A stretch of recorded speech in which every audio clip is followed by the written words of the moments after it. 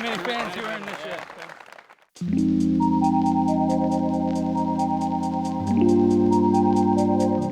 Oh, welcome back to MDG Media. This is the back nine from the opening round of EUROTOUR, stop number 5, Skelleftea Open. We're here at the difficult disc golf Terminalen. Elias, Luukkonen, Nate Perkins with you guys today. We've got Väinö, Mäkelä, McBeth, Nieminen, Jakub, Semerád.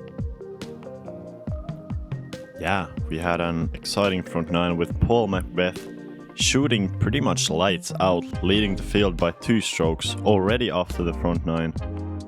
Behind him, just 2 strokes behind, Lauri Lehtinen, Samuel Hänninen, Luke Samson and Nieminen. I believe the back nine is the more scoreable of the 2 nines, so we should see a lot of birdies and hopefully not that many bogeys.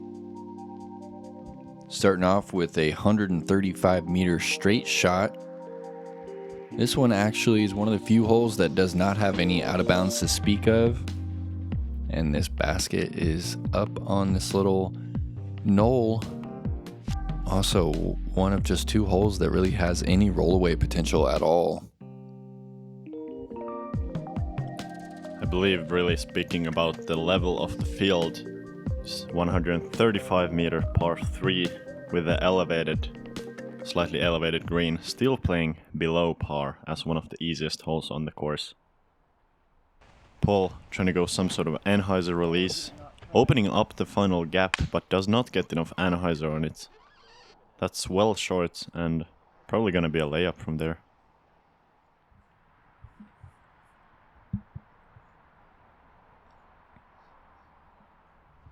Jakub gonna rip over on this Ballista Pro.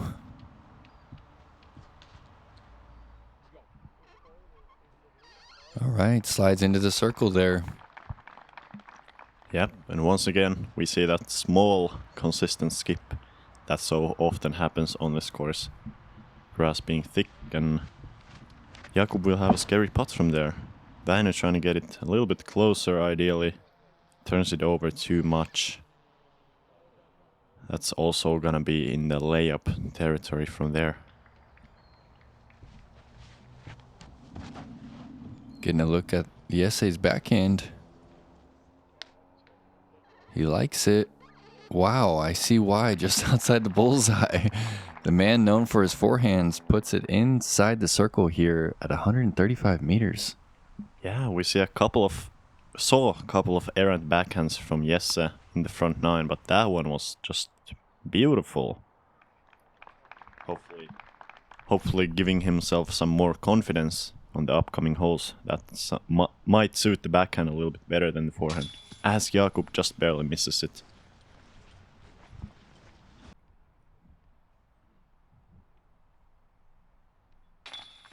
Great birdie to start his back nine there. So we actually missed Paul's approach. He just stepped up real quick and jump putted to right there. He's in for par. 3 pars and a birdie here for this feature card.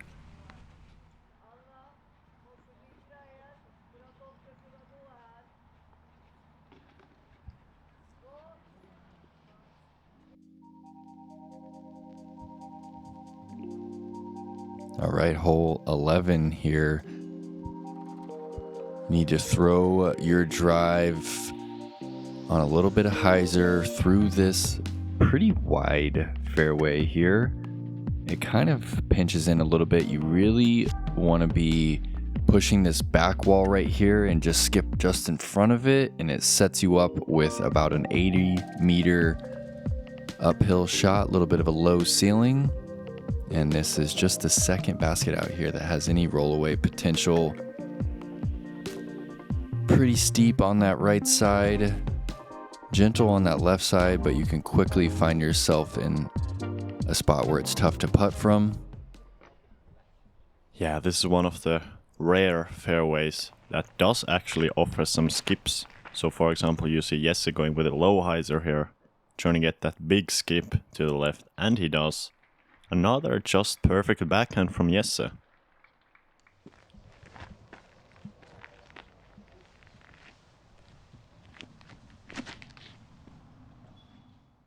Paul just throwing that Athena nice and smooth. Perfect position right there. Yeah, that's not an easy shot. Those two players really throwing perfectly down the middle of the fairway. Jakub also going for that high route. Looks very good out of the hand. Getting a small skip at the end, and he's also in the perfect position. Maybe a little bit more right than he would ideally want to be. Possibly has to shape a straighter or even a turnover shot from there.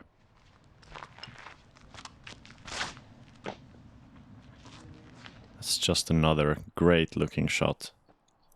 Wow. 4 for 4. It's routine, but it's pretty easy to push it too straight or go too inside. So very impressive to see all 4 in position. Yeah, Jesse so far left. He has opened up the wider of the 2 gaps.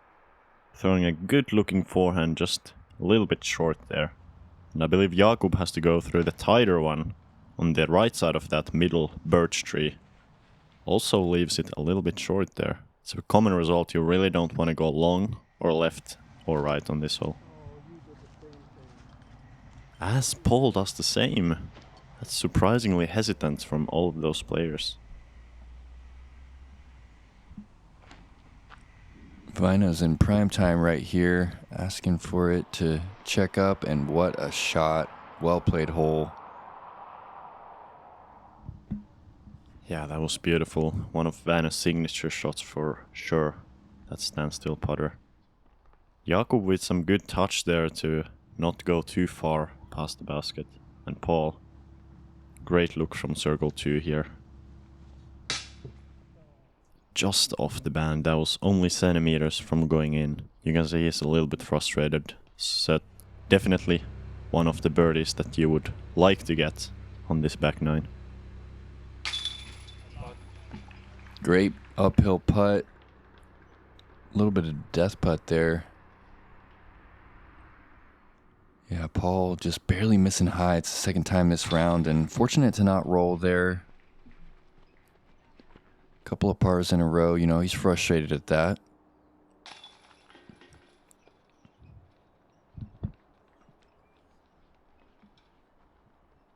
And correct me if I'm wrong, but Jesse has still not missed a single putt throughout this round, putting on a perfect putting performance, as Väinö also taps in that precisely thrown birdie.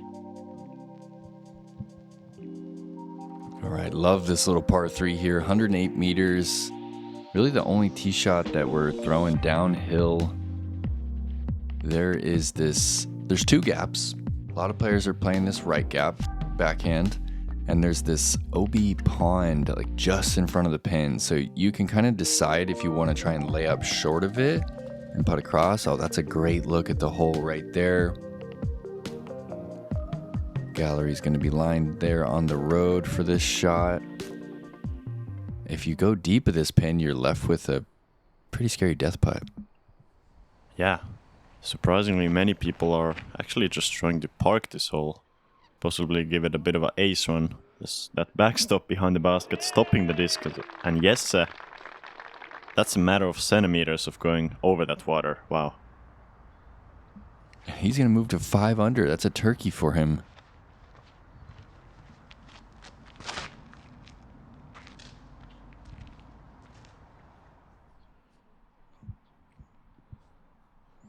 Väinö pulls on that one a little bit.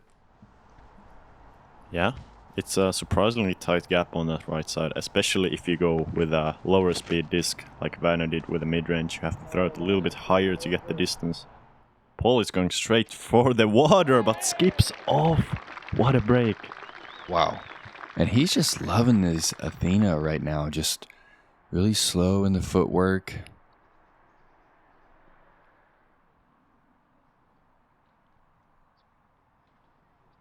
This looks great. Ace run. Just on the right side, but 3 beautiful shots.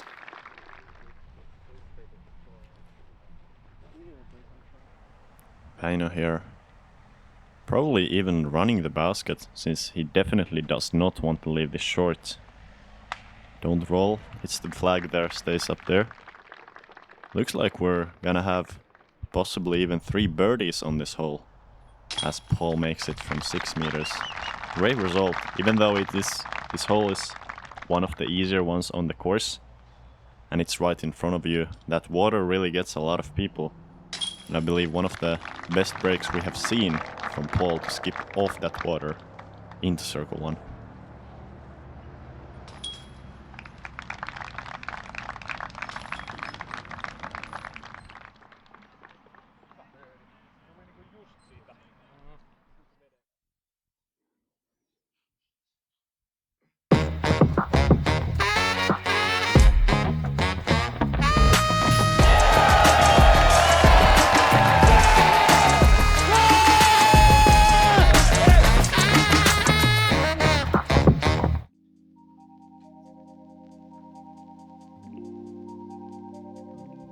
All right, another short par 3, 104 meters.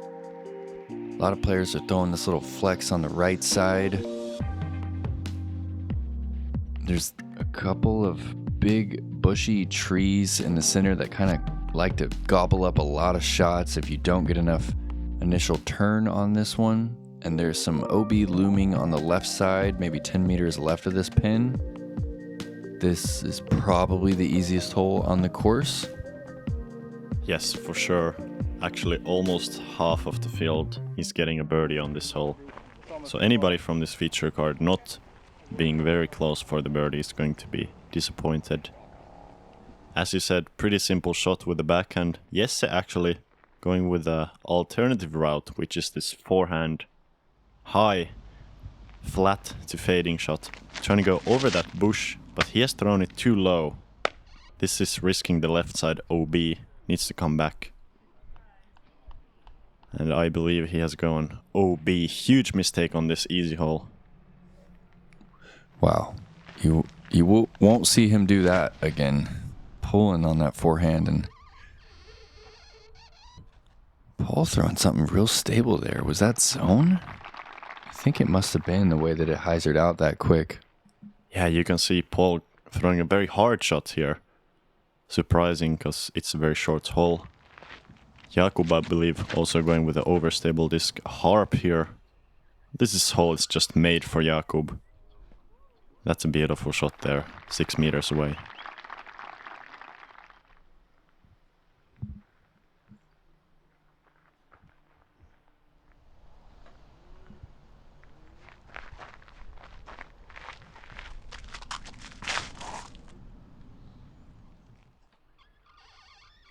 Väinö has that one high, and it's slowing down and finds the back edge of the circle. So Jesse is actually going to have to take it from decent ways back. Might even have something tricky.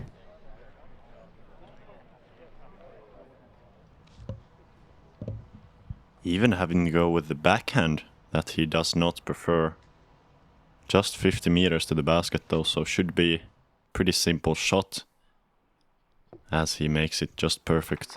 But gonna tap in for the bogey. That's a huge disappointment on this easiest hole on the course.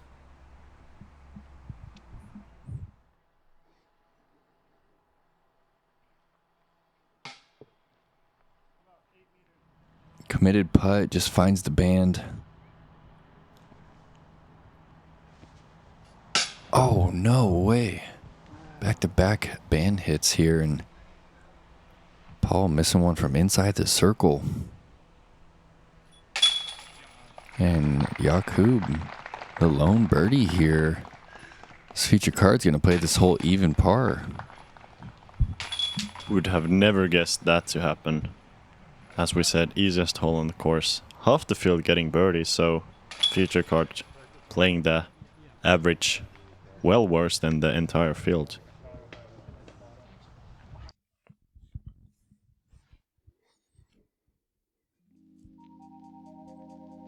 All right, hole 14. There's a mandatory on the left that prevents players from going the huge ante. You're forced to go up through this tunnel right here. You really don't need too much distance, but players can opt to really get on a driver here and try and flex one around this corner. make that approach all the easier.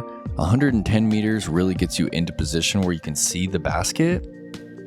And then we have another green here with an OB pond just in front of the bucket, maybe a meter from the base.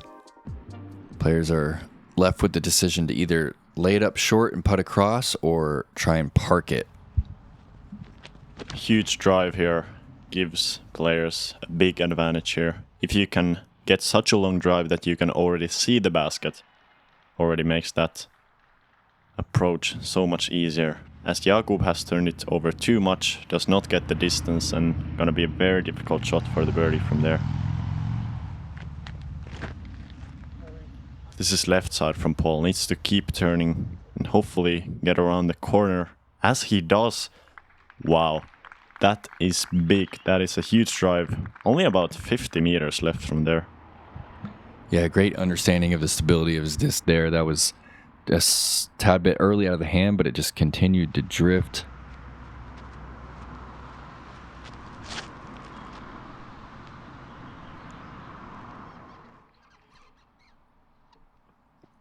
A little overturn there from Väinö, but it gets back to flat, and that's going to be in a good spot. Yeah, I believe he also will see the basket from there. And Jesse going with another forehand. Forehand here really can't reach the most ideal position. Almost never you see the basket after your forehand shot, or at least don't have any sort of a great look. He might have to go with a slight Anheuser forehand from there, I believe. Jakub here, scary shot.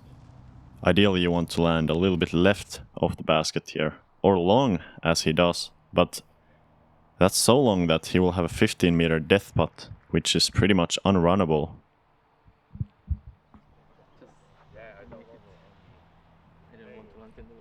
Got Jenny Karppinen on the bag.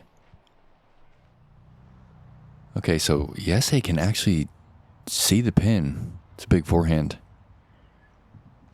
And he's attacking this one.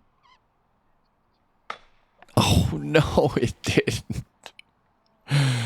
Oh, man, he had all the touch in the world on that. That was going to land 8 meters deep and off the flag and into the water. Sorry, it's not funny. It just is. It's just unfortunate. Yeah, I agree. But I think it's honestly a little funny with how comical it is. And Väinö just leaving it short, that's the worst mistake you can do on this hole. Never crossing the water, and he's gonna have a par putt from 8 meters. Paul making a much better job at that. But still gonna be a scary putt from that 7 to 8 meters, looking straight at the water. So Väinö here, 4 par.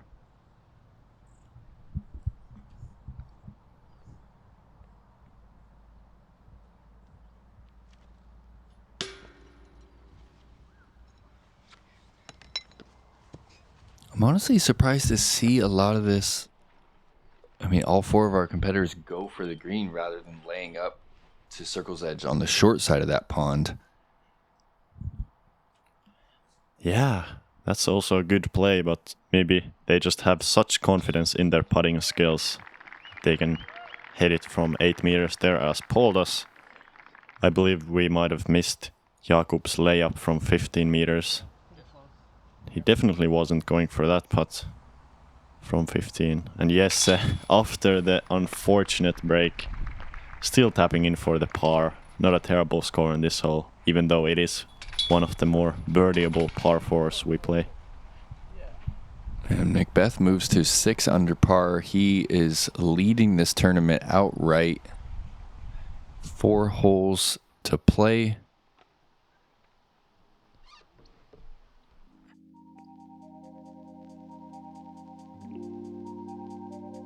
And 15 is a tough one. It is a 150-meter par 3 with OB all up the right side and OB up and just short of the green on the left side. OB kind of cuts off at Circle's Edge short. Really testing your 150-meter straight skills right here. Yeah, I feel like this hole suits the right-hand backhand throw pretty well. as the basket is slightly to the left, you have a little bit of room to flex that disc to the right and then fade back towards the basket. And today we actually had a slight tailwind on this hole, so making that 150 play just a little bit shorter. As Paul is going with something understable, this needs to fade back. He's challenging the right side trees, and he has gone OB. That's a big mistake on this hole, but very easily can happen since the fairway is no more than maybe 25 meters wide.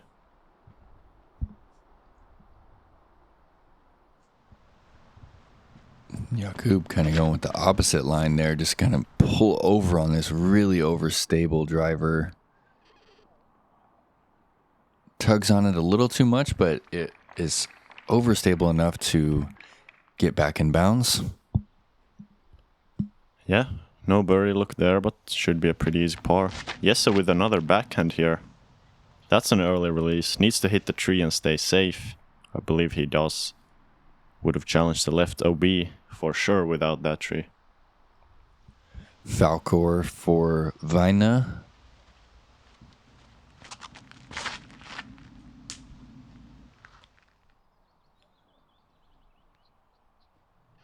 And just hangs on that right side.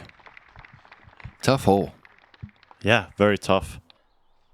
Kind of surprised to see nobody really have a look at the basket, but it's 150 meters and really shows off the skill and the skill required that the scores will want players to have.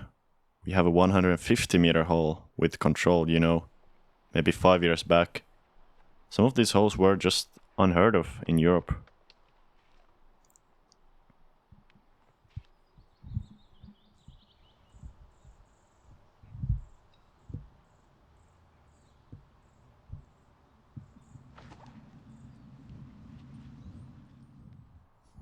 Oh, flash in the bucket. A little deep though, 8-meter comeback putt coming up.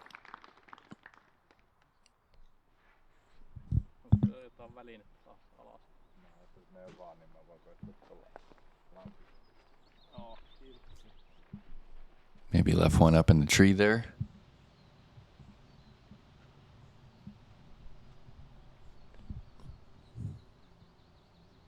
$20-meter putt for Väinö. Online. Just a few paces closer for the cube.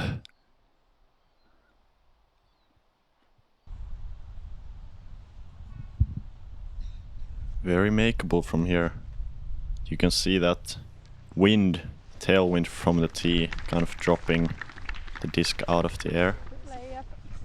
Not really the flashiest round from both Jakub or Väinö, but there's still, after this hole, 3 very birdieable holes for this caliber of players to hopefully push that score further under par. Jesse here for par from 9 meters.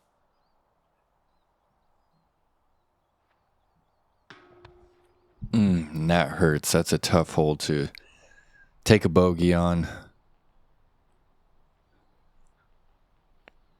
His first miss of the round, honestly.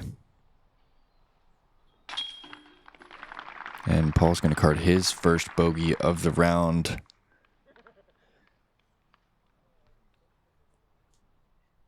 Tough little stretch here for this feature card. We're going to play this one 2 over par with no birdies.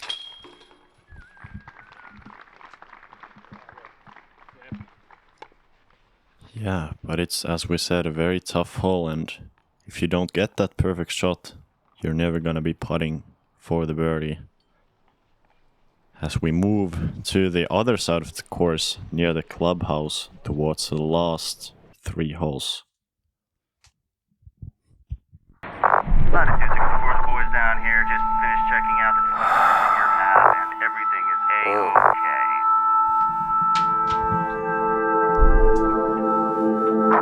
Hey, Jonathan, catch.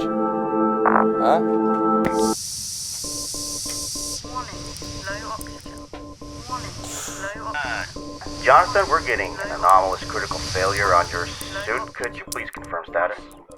Sorry, man. Warning, low oxygen.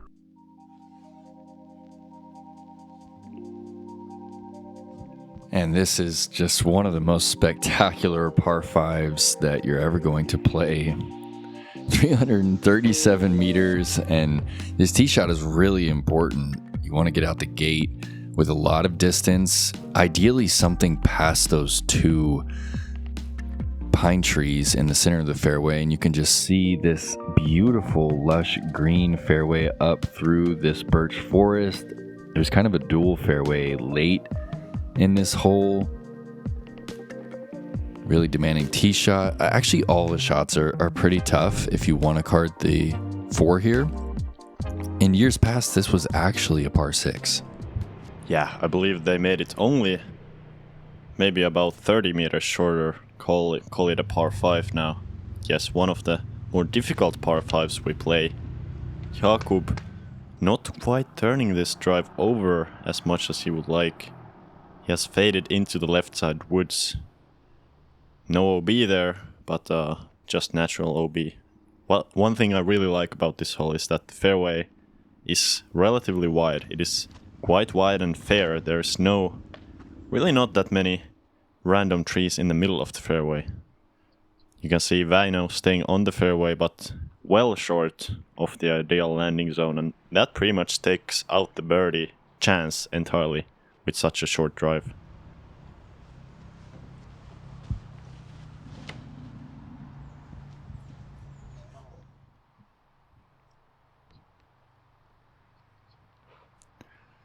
Beautiful shape from Paul, even a little too turned over. Curious to see what he's going to have over there on that right side.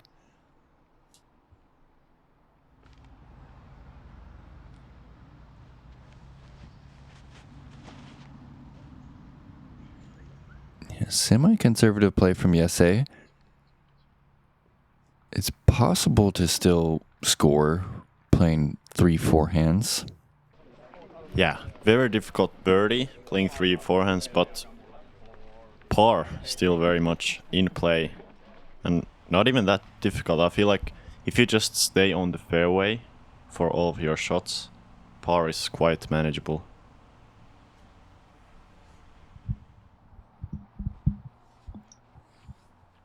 Väinö with the second shot. Probably trying to bite off a lot of distance. You can see he has to shape like a hyzer, a glidey hyzer, going towards the long side trees, hopefully fade before them.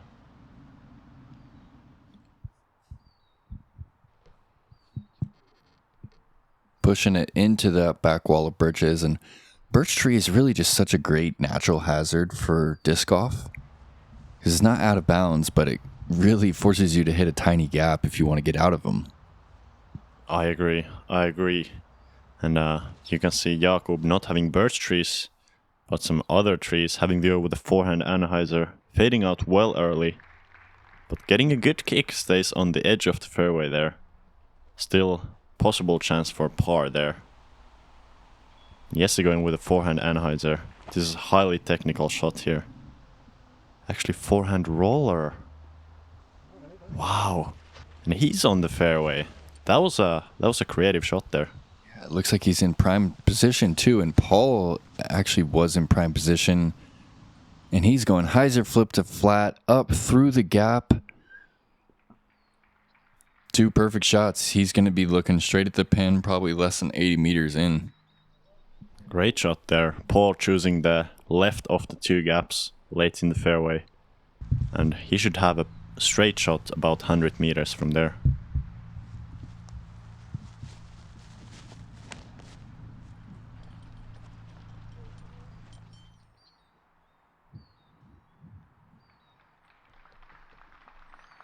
Good shot from Jakub. He's going to be on the front side of those birch trees looking at the pin.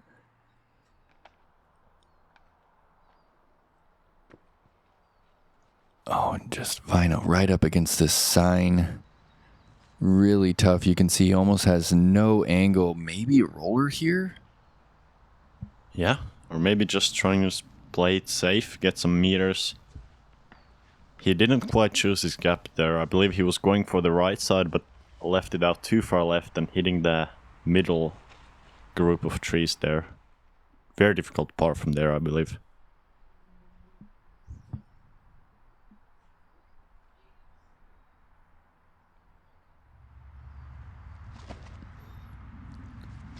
A little flex with the stiletto, and that's just a touch too much angle.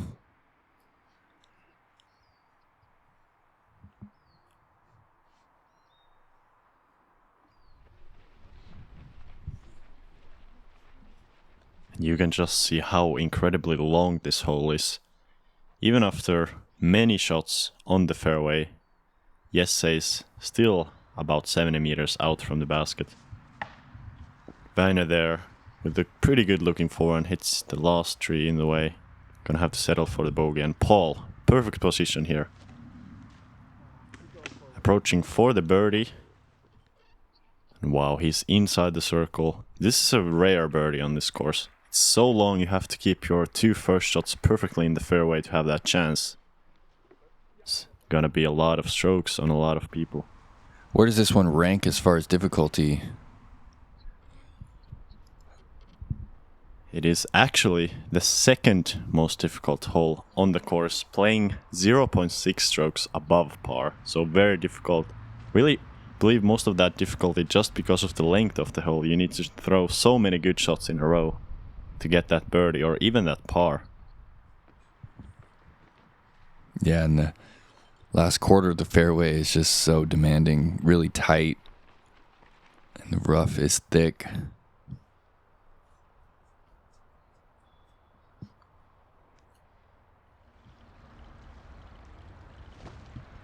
Oh, just inside that birch there.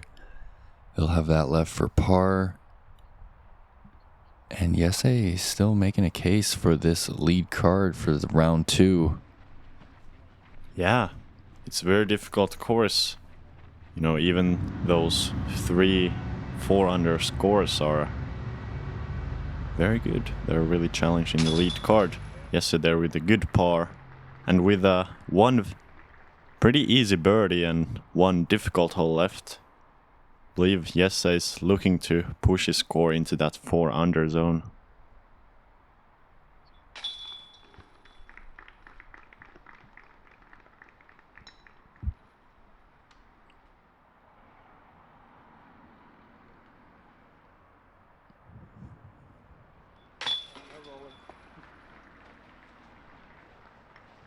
And Väinö actually finds himself over par. Paul's going to get himself back to 6. Good bounce back from the bogey on the 15th.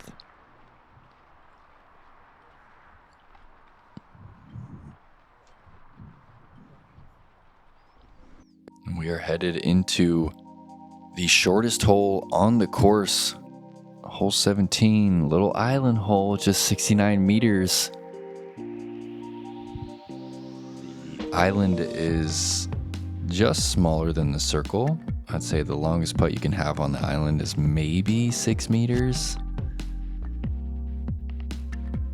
And it's short enough that it feels really routine, but it's also pretty easy to miss. Yeah, really you should hit the island, but as you said, easy to miss. This hole, only 5% of the field was taking par. So really, if you hit the island here, you're likely to make that putt. And if you don't, then you're very likely to make it from the drop zone. Paul, with just the perfect touch, I believe going with a zone there. Slight anhyzer, lands it flat, or with a slight hyzer and soft. That's a great shot. He's gonna be 7 under after this hole. Jakub with going with a similar disc, leaves it out a little bit hyzer, but that's also a good settle. Gonna be only about 5 or 6 meters from the basket.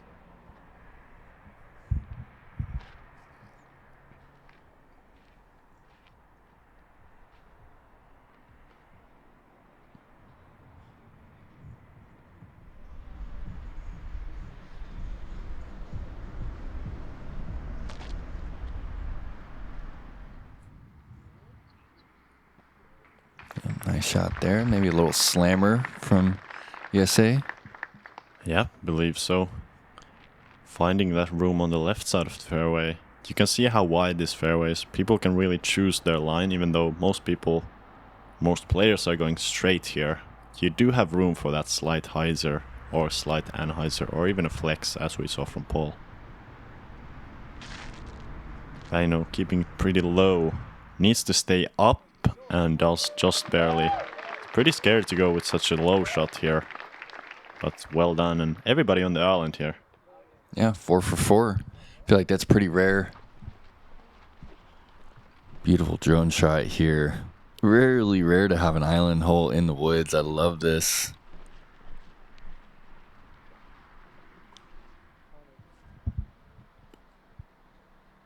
Jakub takes his meter in. Oh. Just kind of pulls it right side.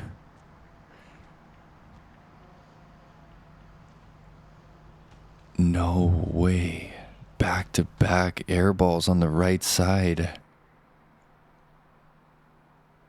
Now this for bogey. What are we watching, Elias?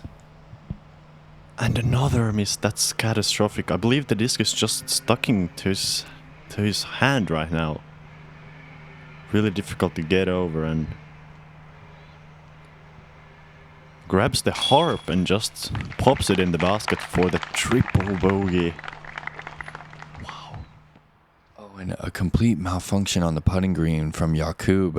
We've never seen that from him on camera. And he just kept looking at his hand. Like you said, must have just been sticking to it in some way. Yep. And what the crazy thing is that he was never going out of bounds. It's not like he was like full committing and it was going OB. That was just a pure 5-putt right there. Wow. Crazy turn of events. Yeah, really unfortunate for Jakub, especially since second biggest score on this hole was a bogey, so losing 2 strokes to the entire field there. Yeah, and losing 4 to his card mates. And here we are, the difficult finishing hole. It's 210 meters. There's kind of 3 gaps to choose from. A lot of players are playing on the right side. There's an OB line all up the left side of this fairway, and it kind of wraps around this pin. It's only 8 meters deep of this bucket. But the second shot on this hole is pretty difficult. It's low ceiling, flat ground, dead straight.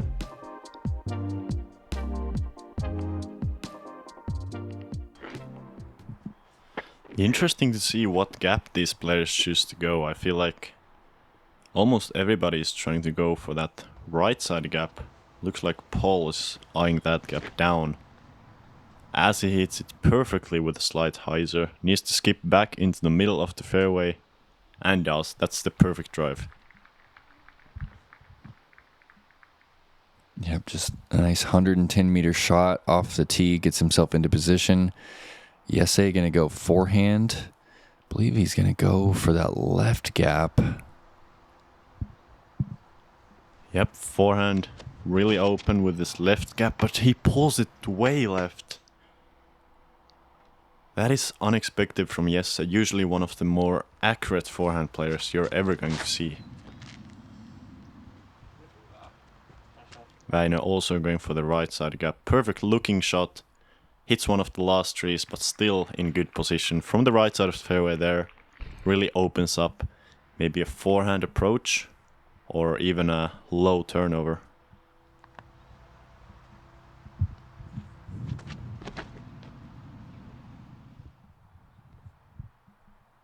And that 5-putt there has to be pretty difficult to bounce back from, even on a tee shot.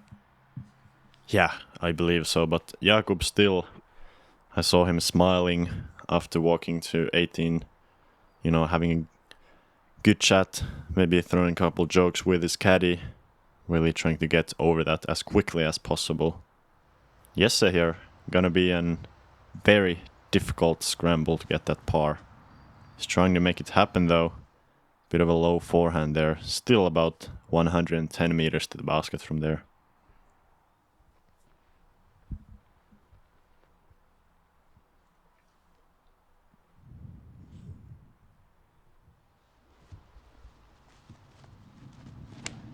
out of position here. Going Rive, flexing this beautifully. Wow, that was headed into the circle. Catches a late tree. What a shape from the right side of that fairway. Beautiful drone shot here, and Paul's walking up to his straight shot. Okay, Jesse first. This is his third shot. Flips it up with a forehand hyzer flip. Going towards the green, fading out though. Still in circle too. That's an incredible shot from where he was. And Paul here, perfect position, has to go with a low straight shot. Looks perfect. Does it have the distance? Not quite, but he's still on the edge of the circle. Trying to finish that round at 8 under, which is just a scorching hot score. Väinö trying to get back under par here.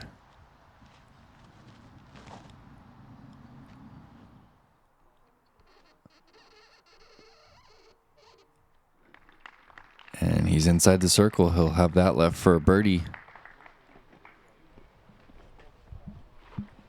Yep, difficult elevated putt here on this final hole. Very makeable. As Jakub lays it up under the basket, we have this beautiful rock building under the basket. Let's see if Jesse can end the round with another great putt, as we have seen many of them from him throughout the round. Oh, catches the branch and doesn't quite get it up. That's gonna be a disappointing bogey, but still a good 3 under round from Jesse.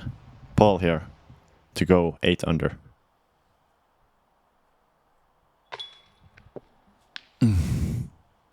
Just a bit short, pops out of that lat 64 basket. 7 under is going to be the mark. Väinö, strong putt to finish with a birdie, get himself back under par.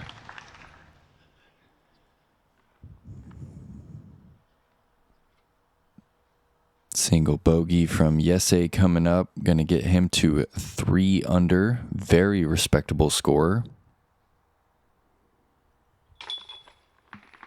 Yep, that's a decent round there. And good to note that anything under par on this first round got you within the top 15 scores off the field. So course playing extremely difficult. Everybody of our card still in position to make a big move, even though Jakub, went slightly over par with a good second round, still within the games. Taking a look at the top 10 here, McBeth has a 2-stroke lead over Lowry and Samuel. Luke Sampson makes his first European lead card appearance, shooting a 4 down. Silver Lot also super hot, back 9 to finish at 4 under par. Scott Stokely rounds out the top 10 with a 2 down. Man, I gotta admit, these European disc golf courses are a lot of fun to watch on coverage. It's an honor to be here working with you, Elias, and MDG Media. And from Elias Luukkonen and Nate Perkins, we look forward to joining you guys for round 2 of the Skelleftea Open here in Sweden.